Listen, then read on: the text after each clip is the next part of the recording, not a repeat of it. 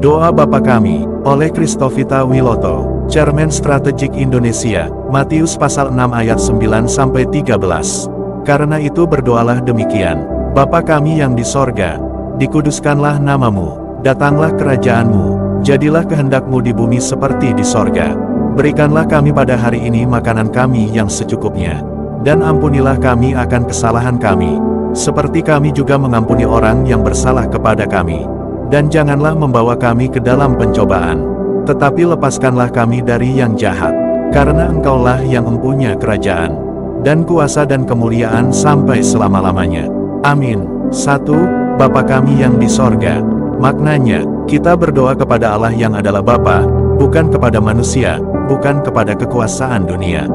Ia ada di sorga, Ia kudus, Ia berdaulat atas segala sesuatu. Kenyataan di Indonesia, manusia sering bergantung kepada kekuasaan, uang, dan pengaruh. Tetapi Yesus mengingatkan kita, Bapa di sorgalah satu-satunya yang menjadi tempat bergantung. Kaitan dengan akhir zaman. Di akhir zaman, banyak orang akan meninggalkan iman dan mencari pertolongan kepada kuasa lain. Yesus memanggil kita kembali kepada Bapa. 2. Dikuduskanlah namamu. Maknanya, nama Allah harus dihormati, dipuji, disanjung. Bukan dikotori dengan hidup yang jahat atau menggunakan nama Allah untuk kepentingan pribadi. Kenyataan di Indonesia, nama Allah sering dijadikan alat politik, dagangan, bahkan dipermainkan. Kaitan dengan akhir zaman. Di akhir zaman, banyak penyesat memakai nama Allah untuk menipu. Kita dipanggil untuk hidup yang memuliakan namanya, bukan mempermalukannya.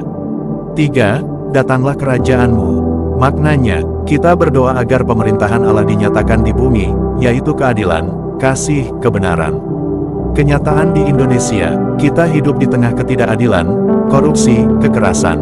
Kita dipanggil menjadi bagian dari kerajaan Allah, hidup benar, adil, membawa damai.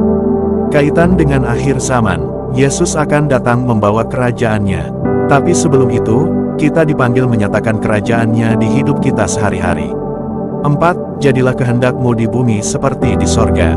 Maknanya, kita tunduk pada kehendak Allah, bukan kehendak manusia. Di sorga, kehendak Allah dilakukan dengan sempurna. Di bumi pun seharusnya begitu. Kenyataan di Indonesia, banyak orang hidup menurut kehendaknya sendiri, bukan kehendak Allah. Kaitan dengan akhir zaman. Di akhir zaman, orang akan hidup sesuka hati. Tetapi anak-anak Allah harus hidup menurut kehendak Bapa, setia sampai akhir. 5. Berikanlah kami pada hari ini makanan kami yang secukupnya.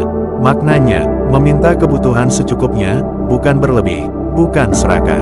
Percaya bahwa Allah mencukupkan. Kenyataan di Indonesia, banyak yang hidup rakus, serakah, mengambil hak orang lain, korupsi. Di sisi lain, banyak rakyat miskin tidak punya makan. Kaitan dengan akhir zaman. Di akhir zaman, ketamakan manusia menyebabkan bencana. Allah memanggil kita hidup cukup, berbagi, dan percaya pada pemeliharaannya. 6. Ampunilah kami akan kesalahan kami, seperti kami juga mengampuni orang yang bersalah kepada kami. Maknanya, kita minta ampun dan kita juga wajib mengampuni. Tidak ada pengampunan tanpa kita juga mengampuni orang lain. Kenyataan di Indonesia, banyak orang menuntut balas, dendam, tidak mau mengampuni. Kaitan dengan akhir zaman. Di akhir zaman, hati manusia akan menjadi keras. Tetapi Yesus memanggil kita untuk tetap mengampuni, supaya kita layak di hadapan Bapa. 7. Janganlah membawa kami ke dalam pencobaan, tetapi lepaskanlah kami dari yang jahat. Maknanya, minta kekuatan supaya tidak jatuh ke dalam godaan, dan dilindungi dari segala kuasa jahat. Kenyataan di Indonesia, pencobaan datang dalam berbagai bentuk uang, kekuasaan, seks, kekerasan, kompromi. Kaitan dengan akhir zaman, godaan akan semakin besar, si jahat bekerja lebih keras. Tetapi Yesus berjanji, Dia akan melindungi dan memberi jalan keluar. 8. Karena Engkaulah yang mempunyai kerajaan dan kuasa dan kemuliaan sampai selama-lamanya. Maknanya, semua kuasa ada di tangan Allah, bukan di tangan manusia. Kita hidup bukan untuk diri sendiri, tetapi untuk kemuliaan Allah. Kenyataan di Indonesia, banyak orang berebut kuasa, seolah-olah dunia ini milik mereka. Kaitan dengan akhir zaman, kerajaan dunia akan runtuh, kerajaan Allah akan berdiri selamanya. Kita dipanggil untuk tetap setia di dalam Dia. Arahan Tuhan Yesus Kristus untuk Indonesia dan dunia, dari awal sampai akhir. 1. Kembali kepada Bapa, jangan berharap kepada manusia. 2. Hidup menghormati nama Allah, bukan mempermalukannya dengan kehidupan yang jahat. 3. Jadi alat kerajaan Allah, bukan alat kepentingan diri. 4. Hidup taat kepada kehendak Allah, bukan kehendak dunia. 5. Hidup cukup dan berbagi, jangan serakah dan menindas. 6. Hidup dengan hati yang mengampuni, bukan dendam. 7. Berjaga dalam pencobaan, jangan ikut arus zaman yang jahat. 8. Hidup untuk kemuliaan Allah, bukan mengejar kuasa dunia. Penutup, pesan khusus Tuhan Yesus Kristus di akhir zaman.